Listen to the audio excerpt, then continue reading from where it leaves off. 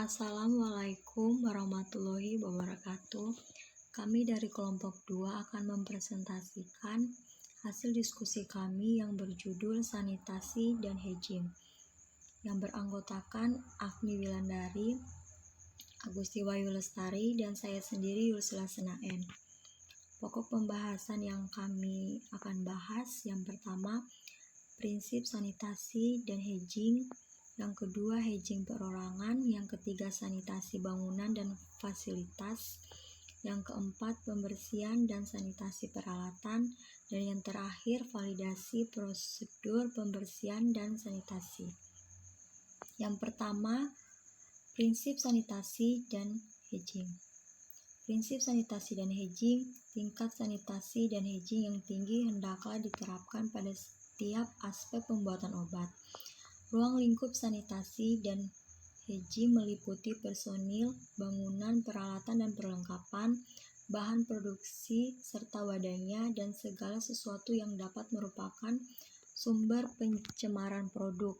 Sumber pencemaran potensial hendaklah dihilangkan melalui satu produk sanitasi dan hygiene yang menyeluruh dan terpadu. Yang kedua, hygiene perorangan. Hygiene perorangan, tiap personil yang masuk ke area pembuatan hendaklah mengenakan pakaian pelindung yang sesuai dengan kegiatan yang dilaksanakannya. Tujuannya adalah untuk mengurangi sumber pencemaran produk. Prosedur hygiene perorangan termasuk persyaratan untuk mengenakan pakaian pelindung bagi semua personil yang memasuki area produksi berguna untuk menjamin pelindungan produk dan pencemaran dan keamanan personil itu sendiri. Yang pertama, pakaian pelindung untuk kelas kebersihan A, B, dan C meliputi pakaian kerja, pelindung mata, pelindung hidung, mulut, dan dagu, sarung tangan, sepatu pelindung kepala.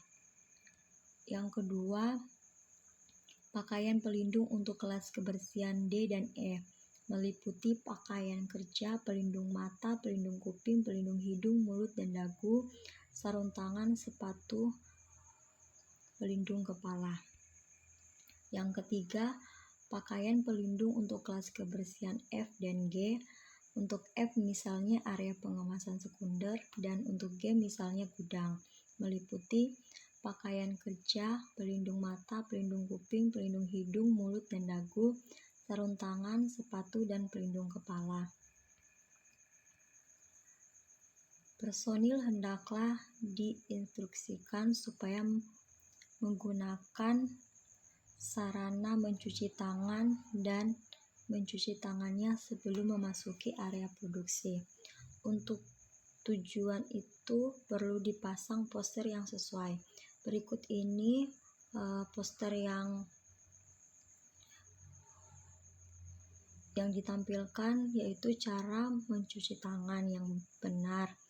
Yang pertama, basahi tangan dengan air, tuangkan sabun cair di telapak tangan, gosok sampai berbusa, kemudian gosok ujung jari telapak tangan, sisi lain bergantian.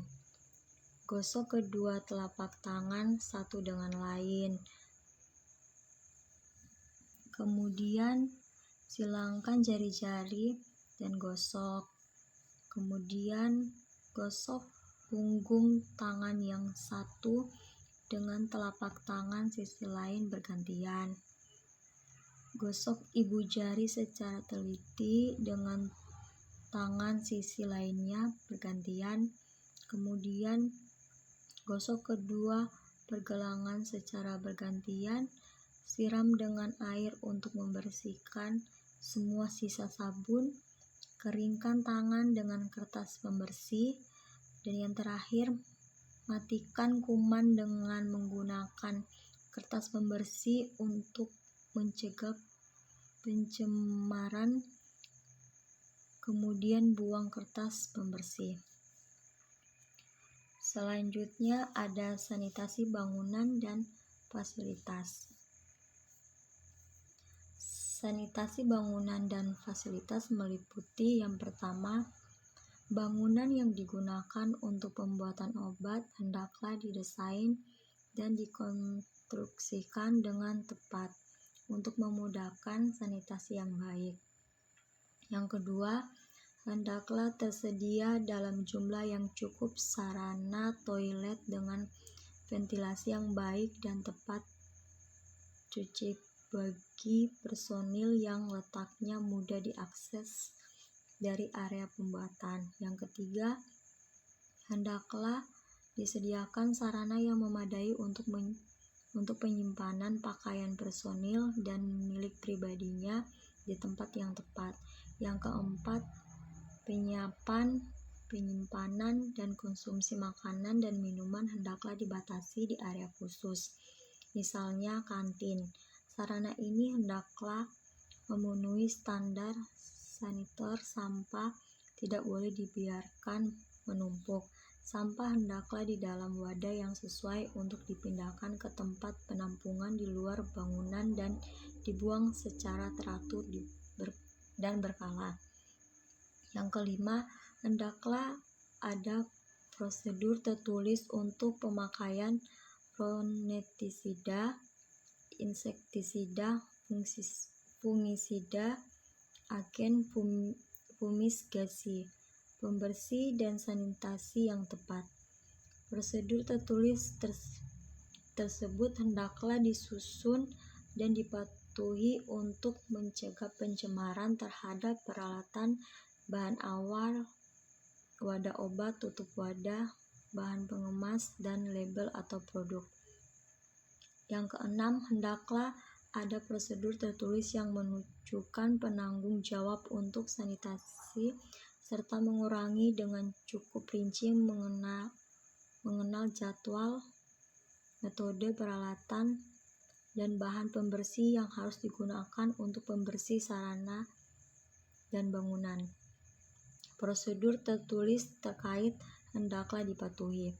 Dan yang terakhir, prosedur sanitasi hendaklah berlaku untuk pekerja yang dilaksanakan oleh kontraktor atau karyawan sementara maupun karyawan PUMA waktu selama pekerjaan operasional biasa.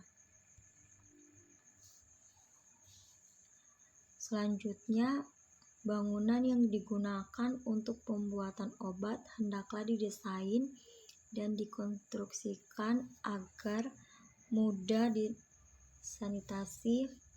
Adanya prosedur tetap yang tertulis dan harus dipatuhi bersama untuk sanitasi dan pembersihan. Berikut ini gambar 1, yaitu sarana penyimpanan pakaian rumah dan barang milik pribadi, dan gambar 2 sarana penyimpanan sepatu. Selanjutnya, pembersihan dan sanitasi peralatan. Pembersihan dan sanitasi peralatan. Setiap peralatan setelah digunakan harus dibersihkan, baik bagian luar maupun bagian dalam sesuai dengan prosedur yang telah ditetapkan, serta dijaga dan disimpan dalam kondisi yang bersih. Tiap kali sebelum dipakai, kebersihannya harus diperiksa kembali untuk dipastikan bahwa semua produk atau bahan dari PET sebelumnya tidak ada. Untuk pembersihannya digunakan metode pembersihan dengan cara vakum atau cara basah. Udara bertekanan dan sikat hendaklah digunakan dengan hati-hati dan sedapat mungkin dihindari karena menambah resiko pencemaran produk. Pembersihan dan penyimpanan peralatan yang dapat dipindah-pindahkan dan penyimpanan bahan pembersih hendaklah dilaksanakan dalam ruang yang terpisah dari ruangan pengolahan.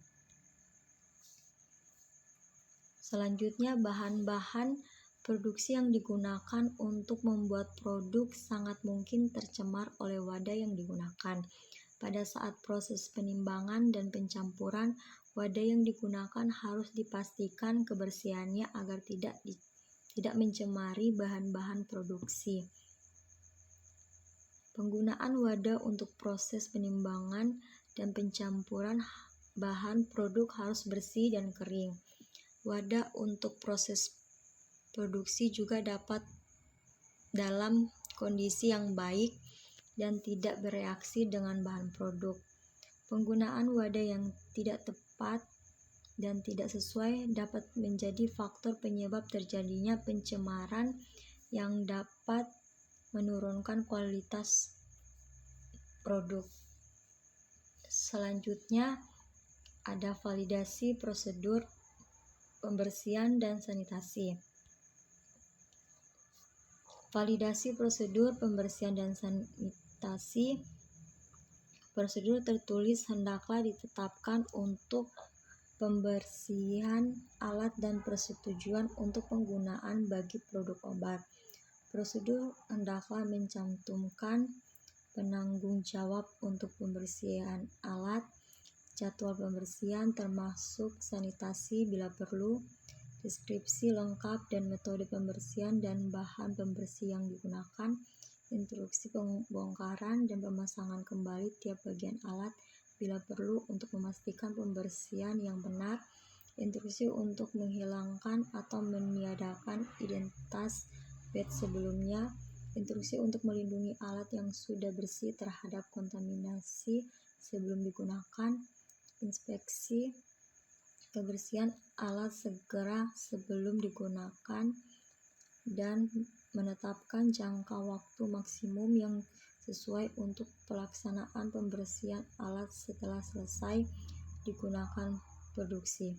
Tanpa kecuali prosedur pembersihan, sanitasi, dan hygiene hendaklah divalidasi dan dievaluasi secara berkala untuk memastikan efektivitas prosedur memenuhi persyaratan.